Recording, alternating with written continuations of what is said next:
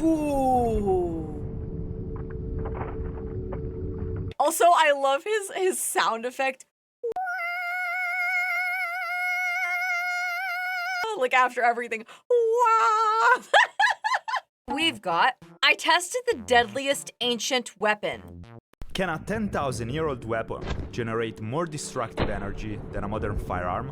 And what about a 700,000-year-old knife? Can that be as sharp as a razor-sharp steel blade? This is all stuff I think about being your average unemployed friend on a Tuesday morning.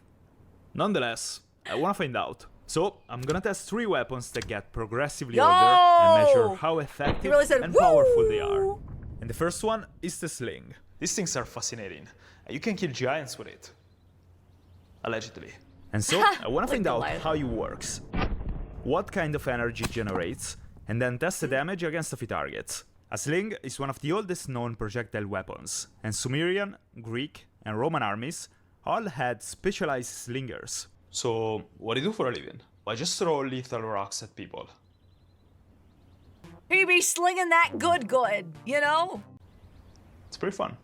Anyway, a sling is basically a pouch attached to 2 cords, and the projectiles you load into the pouch can be stones, lead bullets, which are actually pretty nice because they spin in the air, stabilizing the shot, soda cans,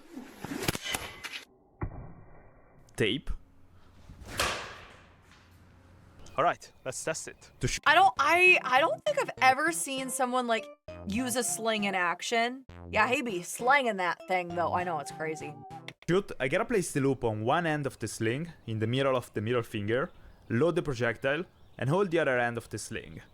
Now, there are many techniques you can use to shoot a sling, based on the position of your arm.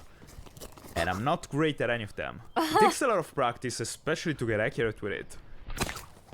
And since I used one just once before, I love the sound of that basically just improvising.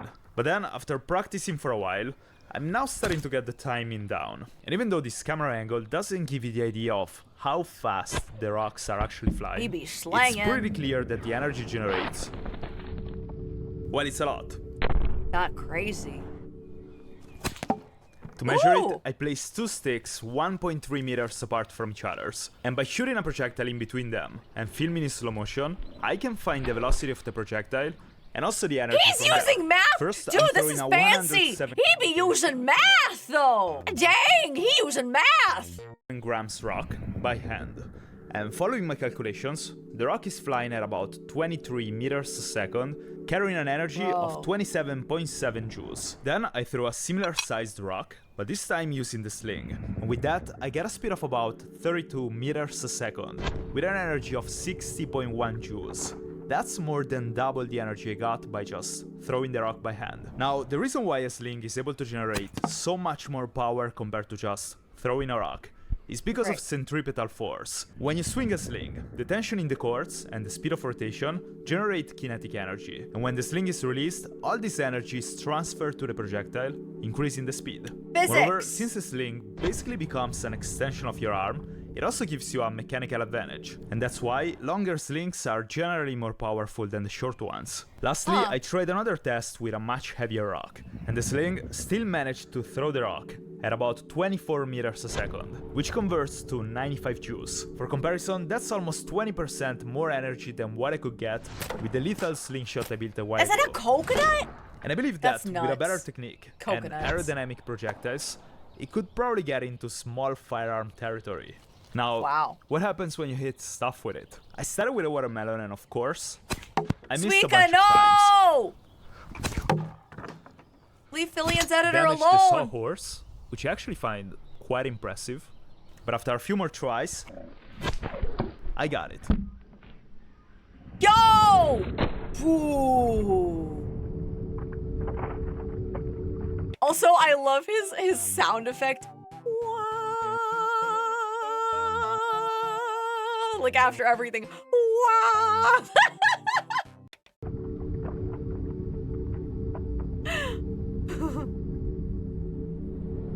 That poor watermelon didn't know what hit it. Crazy. Can this kill giants though? Well, I couldn't find any giant willing to test that. Ah, come on man, I'm sure it'll be fine. No! But I found this one. This is a ballistic dummy, so the gelatin should simulate muscle tissue, and the This is very much into like almost like Kentucky ballistic sort of territory, but like this is cool. It's like ancient weapons. The secret weapon. bones. In short, the damage on this thing should be a pretty accurate representation of what would happen to someone if they got hit by a sling. First, I need to hit it though. Spoiler, it's gonna take a while, so I'm gonna just skip this process for you, and while I throw rocks at nothing for the next few hours, I wanna shout out this plate for supporting this video. I got these three in the shop for a while, and I think they still look great, and so I got a few ones for my house too. I love watching movies, so this time, they're basically about that. The first one is from Lord of the Rings. For me, one of the coolest shots in movie history. The second one is The Dark Knight. I posted a picture of Harvey Dent in one of my previous videos, and nobody got the reference. You gotta watch it. It's a masterpiece. And then the last one is from Dune, one of my favorite movies in recent years. The posters feel sturdy, and the clarity on the images is really good. Displate also recently launched this new product called Display Textura, which gives extra clarity to the images by having a sort of 3D texture on the posters. Hanging the posters is also super intuitive, and you find everything you need to do it inside the box. You just stick the protective leaf, stick the magnet to the leaf, and hang the display. And this way, you can also adjust it or move it however you like it. My shop has pretty rough walls, but the posters are still hanging there, so I guess it works. There are millions of artworks available in the displayed catalog, and you can pick from original art or licensed designs such as Marvel, Star Wars, or Elden Ring. You can get them right now by going to display.com/MikeShake or use my promo code MikeShake to get a really nice discount. It's 22% off if you get 2 displays and 30% off if you get 3 or more. And I'm also leaving a link in the description if you want to check them out at the end of the video. Anyways, after 40 minutes, I hit the first shot. And at first I thought I did nothing to the dummy, but then I checked the slow motion footage. My goal is obviously to hit the skull. But I feel like this shot is kind of impressive already. The dummy is pretty heavy, and the rock not only flipped it 90 degrees, but it also left deep cuts into the gelatin. And so I kept trying.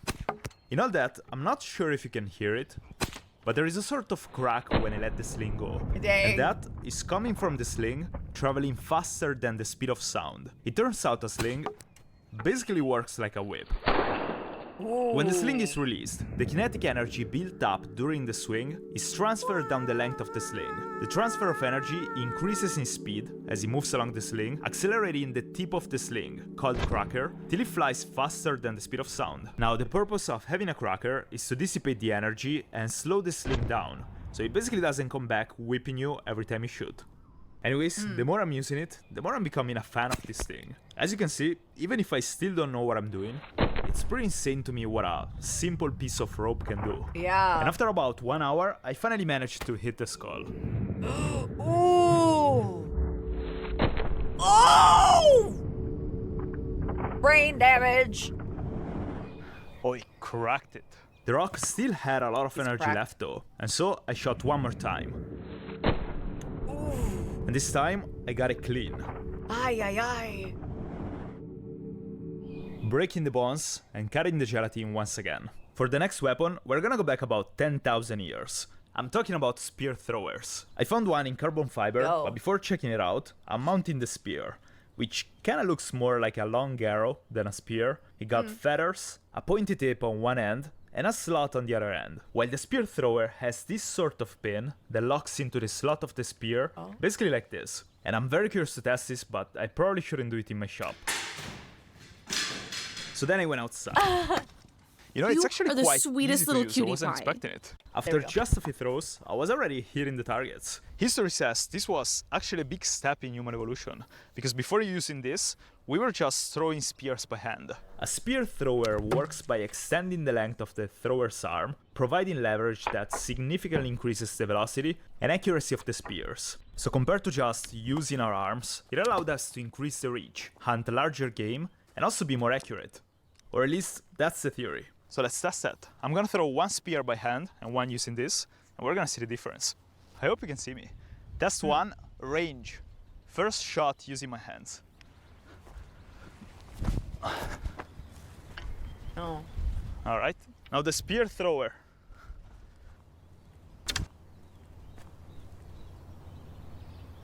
Oh my. I got 22 meters by hand and 48 meters with a spear thrower. You probably didn't even see where it landed. I'm gonna give you a better angle. Mama will always love you. Oh, that went further away than the last time. So when it comes to range, a spear thrower is definitely a big step up. Wow.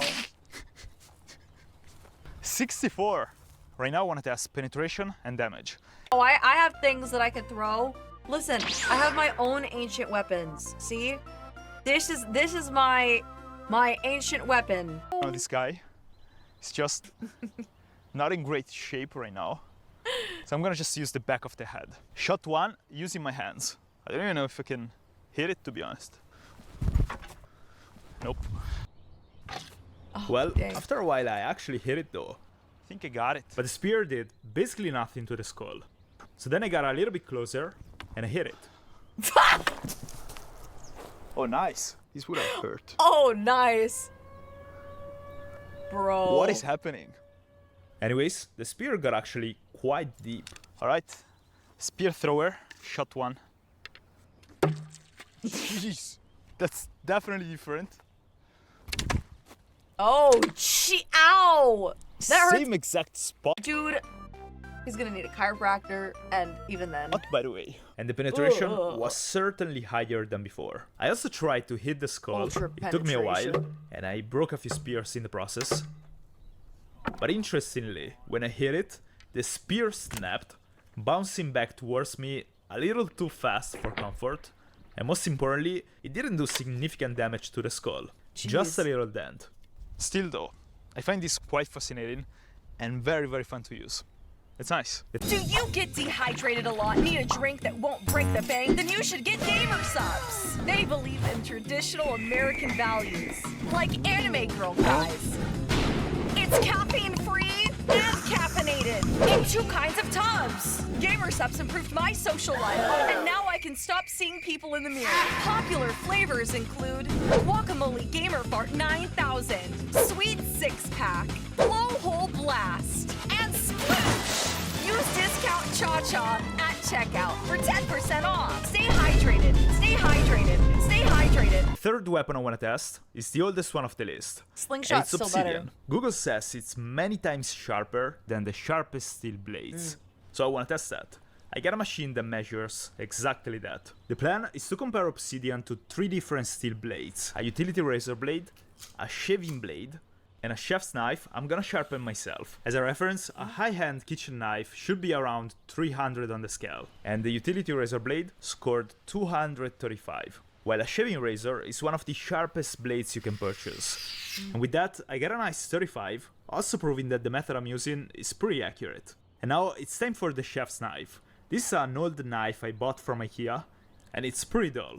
So I'm spending a while sharpening it with 2 different whetstones, from a medium grit to basically a polishing one, which is so fine that doesn't even make a noise when I swipe the knife on it. It's a cool It took me whetstone. about 10 minutes to do it, and right now this thing should be very sharp. Nice. So now, as I did with the previous blades, I'm measuring the actual sharpness. Extra sharp.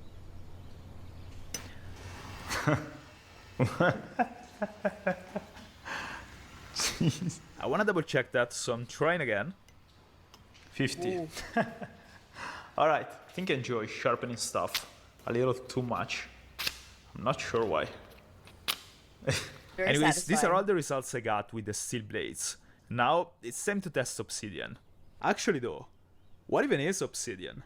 It turns out it's a type of glass that forms when lava cools down rapidly, usually when it comes into contact with water or air. This rapid cooling prevents the formation of crystals, and in short, that's basically why it looks like that. It feels like a chunk of glass, and like glass, it's brittle. So, to make a knife out of obsidian, I need to start from a larger block and slowly remove material. The problem is that all the videos I watched say the same thing. You need to Make sure to strike the obsidian in the right areas with the correct amount of force. And it's if like you're how? me, and you're using a mouse pad to protect your leg, and a hammer to strike obsidian, that sentence doesn't make any sense. I'm still trying to do that though, hitting the right parts with the correct amount of force, which That's in like practice how? turned to hitting random parts with random amount of force. And after 20 minutes, I started to get kinda frustrated. Every time I felt I was kinda getting closer, then the stones randomly snapped. I really thought I was gonna make this work, but after 1 hour, the only thing I did was turn in big obsidian rocks into smaller obsidian rocks. Like a lot of them. Yeah, like I even tried grinding it. It didn't work. Massive respect for all the craftsmen making obsidian blades and Poor all the thing. Neanderthal men He's out so there. defeated, I poor seriously thing. underestimated this poor dude. Gosh. thing. And now that I had no more obsidian to make a knife, I thought about buying one. The problem is that I couldn't find any store in Europe that could ship an obsidian knife in time, besides this website that says obsidian scalpels. And then it hit me. Not the scalpel, but a realization. Even though it would be cool to have one of these, big obsidian knives are not even that sharp, because they're pretty thick. That is sharp. Obsidian flakes. And luckily, I got a lot of them.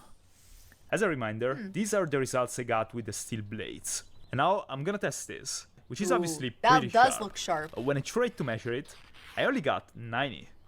So then I got the thinnest flake I could find. But when I measured the sharpness, I got a score even higher than before. Probably because the edge wasn't very clean. Then I tried with different flakes with a cleaner edge, and things went definitely better. Obsidian is very sharp, but during my tests at least, I never managed to get results that are 10 times sharper than razor blades or my IKEA knife. Even when cutting paper, you feel more resistance compared to the steel blades.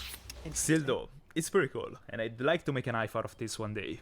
Next, I'm gonna make a very special sword, and then I'm gonna finally test my supersonic Nerf blaster. So if you like this video, leave a like and Supersonic subscribe to see when they come out. Thank you for Nerf or nothing. No, that was cool. Okay. No, that's super cool.